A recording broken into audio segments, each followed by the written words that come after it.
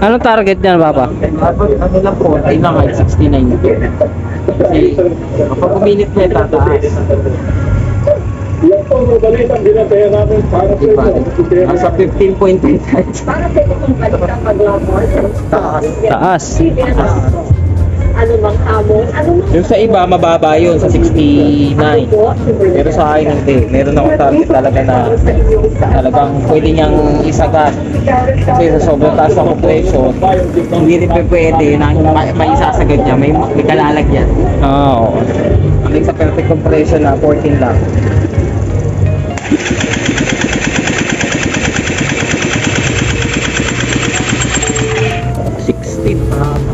Tumaas, naging 16.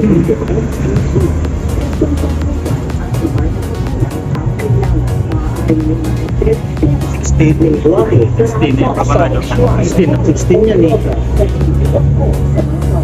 230 PSI. PSI. Oh, PSI. 200. Hindi niya magamit na maayos yan, Papa. Kapag sobrang taas sa mga kumaya. Hindi. Sa akin hindi kaya babag. Yan. Pag binaba natin ng 50, 1450, hanapan ako kahit gano'n niya katagal ibabad siya. Ang lako ko naman ng kalsada ron sa kanila. Yun mga bossing, andito tayo sa shop ulit sa BNC.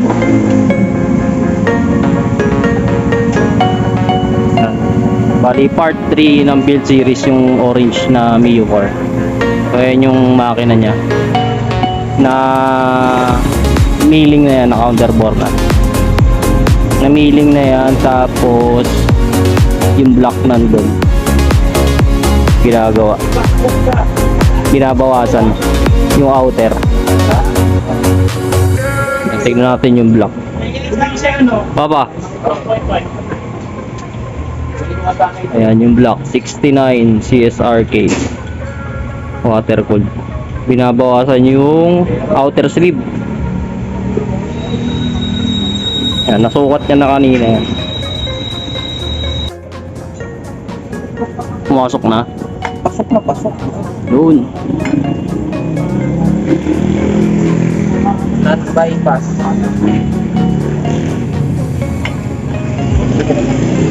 Hindi kailangan mag-bypass daw, Papa. Boxy lahat ng natira niya. Yung pinaplis mo nung una-una. Hugasan ulit na ng mabuti. Yan, bibiyakin na ulit kasi okay na. Okay na yung bore niya. Pasok na siya sa shell. Bibiyakin tapos lilinisin.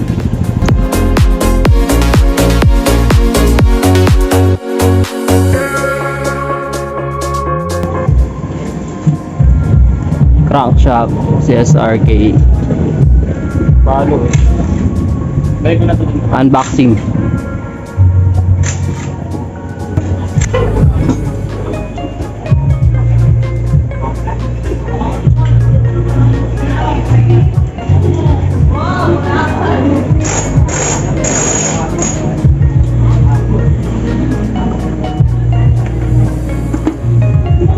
Tagal na yung pyesa na yun, may isang taon na yata eh.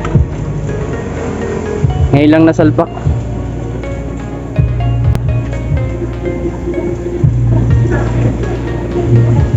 Sige na kumanta.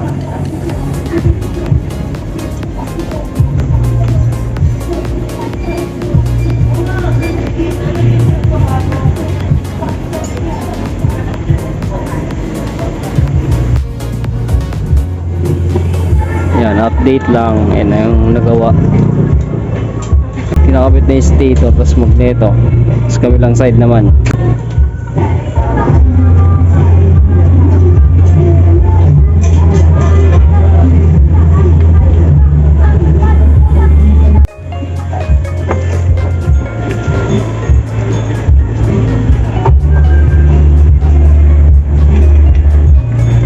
Magneto, tsaka stator, pang FI na yan. Ito yung block kanina. So yan, binawasan yung outer sleeve. May naglago eh.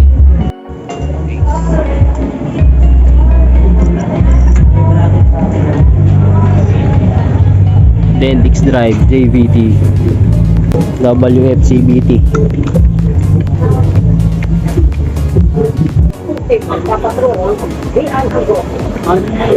Yan, sinasalpak na yung block. Tapos magsusukat para ma-piston profile. Pero pagkatapos ng may padala ng biktima mga larawan, ay video na ang nangyayari. 69. Tutulog yung biktima, tinakot na muna siya ng sobra dahil kasalat ang mga litrato niya.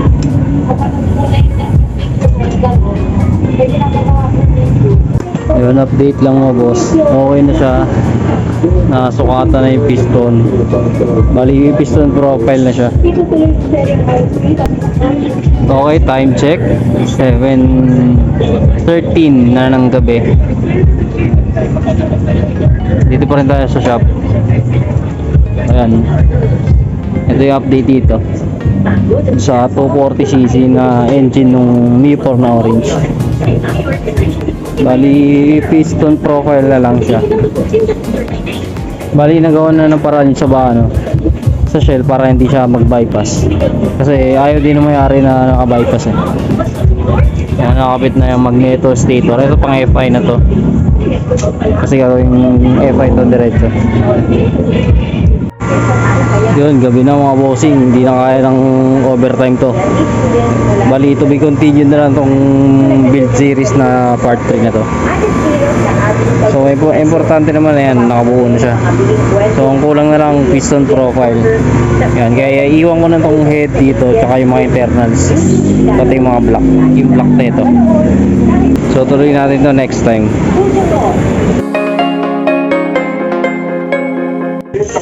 Day 2 nung 240cc na engine nung orange na Mi4. Tama. Ninabot ulit ng gabi.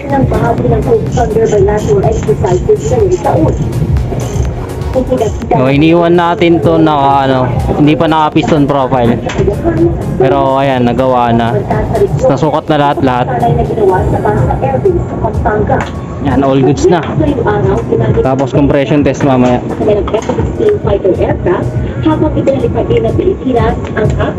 Iniwan ko muna dito kasi busy ako eh. May pasok. Which we'll be having some liquid air surface. We're trying to prepare our pilots in terms of communication standards, in terms of tactics, techniques, and procedures. Yung kay Philippine Air Force, Adjust naman ang tappet screw.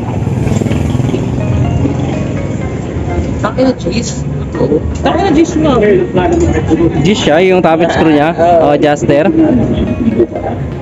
Di ba 8 lang? 9 na nga yung nilabas ko eh. Kakaiba.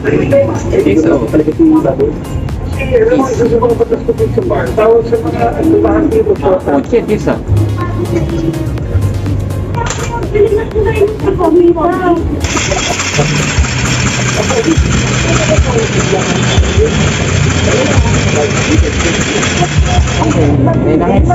Ayun no, kita na rito.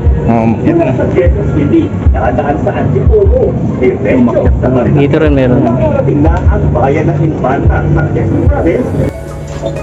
wala pero ang floating cottage kung saan maaaring mag-lunch at pamilya, pwedeng renta sa Infanta. CSR game. At dahil pa na iba. Yan, i-compression test na siya. Tapos na isalpak yung head, black. All goods na, na-compute na lahat. I-compression test na. Sayang lang hindi natin na-video yung pag-piston profile. Wala kasi ako dito, iniwan ko lang dito yan. Wala pa siguro, pero kaya tado sa ano eh.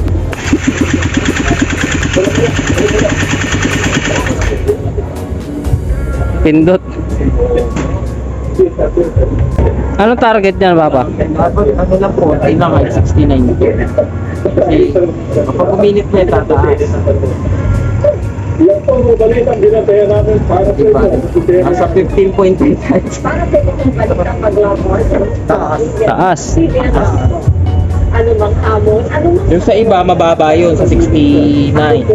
Pero sa akin hindi. Meron akong target talaga na talagang pwede niyang isagad. Kasi sa sobrang taas ng compression, hindi rin pwede na may isasagad niya. May kalalagyan. Oo. Hanggang sa perfect compression na 14 lang.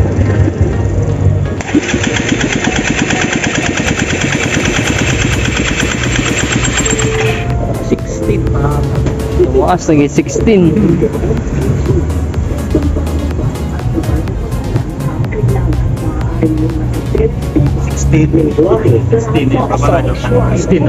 yan eh. 230 PSI. PSI. 200. Hindi niya magamit na maayos yan, Papa. Kapag sobrang mataas sa mga compressor, hindi. Sa akin hindi ka kaya babad ko. Yan. Pag binaba natin ng 50, 14, 15, nalaban ako kahit gano'n niya katagal ibabad siya.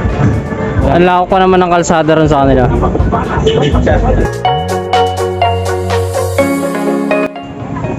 Okay mga bossing, good day. Andito ulit tayo sa shop.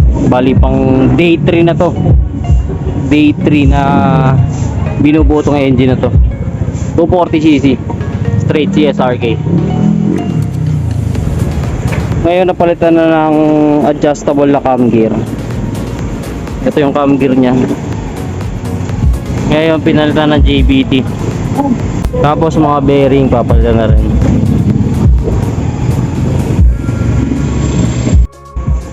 Yung manifold na Giso minamasin na ni Papa. Pili. Papa. Yan, day 3. Yan, minamasin na yung manifold para lalagay na injector. Giso manifold.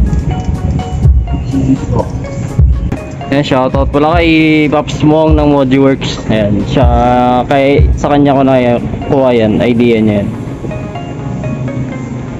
Isa FI niya Papa, ganyan din eh. Manifold din na Giso eh. Kaya pag naman, Oo nga eh. Yung forma niya pang may injector eh. Yun, kumusta ulit mga bossing? Ayan, andito na ako ngayon sa bahay. So as you can see, wala na ako sa shop. Hindi ko na na-videoan yung pagbuo na itong mga to, yung ibang parts pagsalpak kasi kasi kahapon medyo sumama yung pakiramdam ko talaga. Na bilad kasi ako sa araw. Sobrang init. May hinahanap kasi akong pyesa, yung spacer dito sa injector. So ayun, nagpaikot-ikot ako sa Marikina kahapon kahit mainit. Nakamotor lang kasi ako. As in, grabe talaga yung init kahapon. Kahit naman hanggang ngayon. Kaya sumama yung pakiramdam ko kahapon. Kaya hindi ko na na-videoan yung ibang parts na kinakabit. So ayan mga bossing, stay hydrated po sa lahat, no. Sobrang init po talaga ng panahon ngayon. Magbaon palagi ng tubig, tsaka ingat sa mga bumabiyahe. Lalo sa mga naglalala move, nag-aangkas, joyride, or kahit anong services na gumagamit ng motor. So ayan, balik tayo dito sa engine. Bali mga 3 days inabot tong engine, yung pag-build nito. Ayan, pakita ko na lang yung mga parts na kinabit. So unahin natin itong manifold.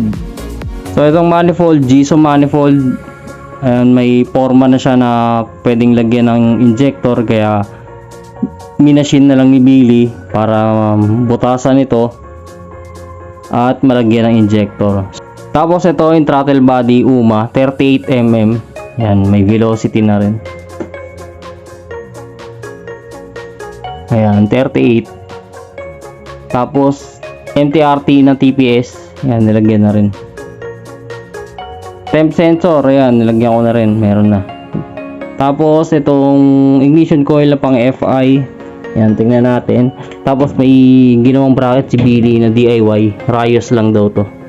Rayos ng rim. Yan, para stable. Yan. Wala siyang alog para iwas biyak or iwas putol ng crankshell. Parang nangyari sa akin dati kasi may ganito rin ako pero walang suporta. So ayun, nabasag. Andito yun yung crankshell ko.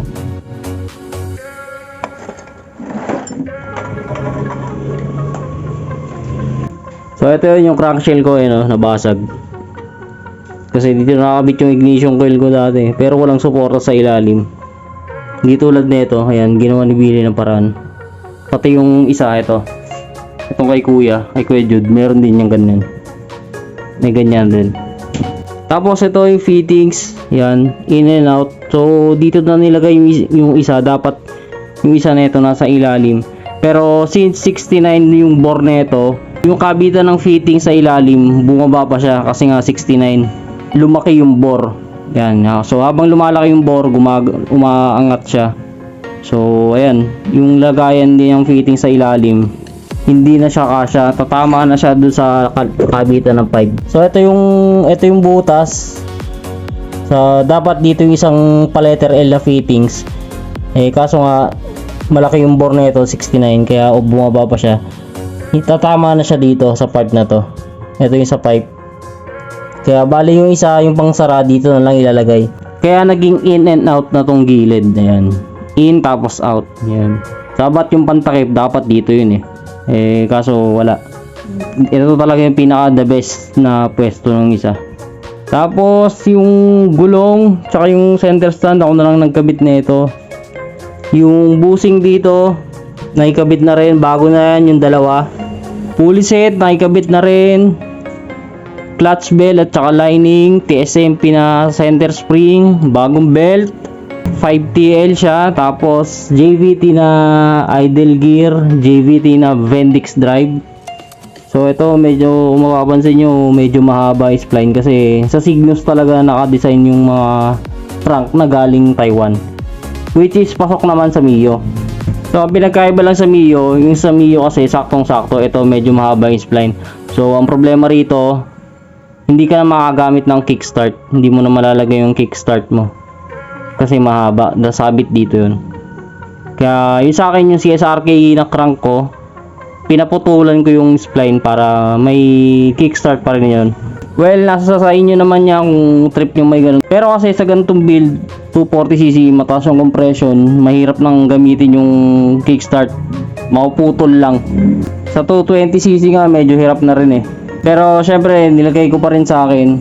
Pinabukasan ko yung spline ko para, alam mo na, dagdag forma lang din. Para malinis tignan lang din. Pero hindi ko naman ginagamit yun.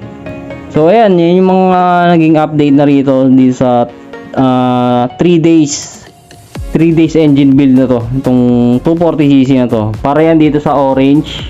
Sasalpakan natin yan, itong makina dito sa next episode na siguro, or kahit hindi ko na siguro isama sa video, siguro yung next episode yung pipe naman papagawa natin, dadalhin ulit natin to kasama na yung motor. Yan, isasalpakan natin siya, tapos dadalhin natin sa J-Tan exhaust sa Kainta or Taytay ata yun, para ipamodify yung tubo. Katulad ng ginawa rito, ayan, yung episode 3 ata, build series episode 3 ata na itong kay Kuya Jude. Yan, yung nakikita nyo sa screen nyo, ayun yun. Kung hindi nyo pa napapanood, yan, please like and share. Ayan, follow nyo na rin ako. Yan yung build series episode 3 na kay Kuya Jude. Tapos, next, ito naman yung sa Mio 4 na orange, ayan yun. Medyo nalilito na rin ako kung ano yung build series episode na itong dalawa kasi parehas ginagawa ito sabay So hindi naman sabay, salitan, alternate sila. Si Billy din ang gumagawa nito. Ito, ayan, kabubuo lang ni Billy. So bali, itong video na to is build series episode 3 na itong orange na Mio 4. So ayan mga bossing, hanggang dito na lang muna itong video na to. Medyo mahaba na yung edit ko kasi 3 days na raw video na yung nasa phone ko. So bali, bibigyan ko na lang ulit kayo ng update dito tsaka dito, ayan, kung anong mangyayari. So ayun mga bossing, maraming thank you sa mga patuloy na sumusuporta, sumasabay-bay sa mga video ko na parang wala naman kwenta. Wala lang, gusto ko lang mag-video para alam mo yun, may remembrance lang din sa mga nagtitiwala sa akin. Ayan, tulad nito, ito galing Ilocos, yan, pinadala sa akin, tas pinabuo sa mekaniko ko, pinagkatiwala niya isang buong unit niya. So hanggang dito na lang muna mga bossing, see you next video. Ride safe.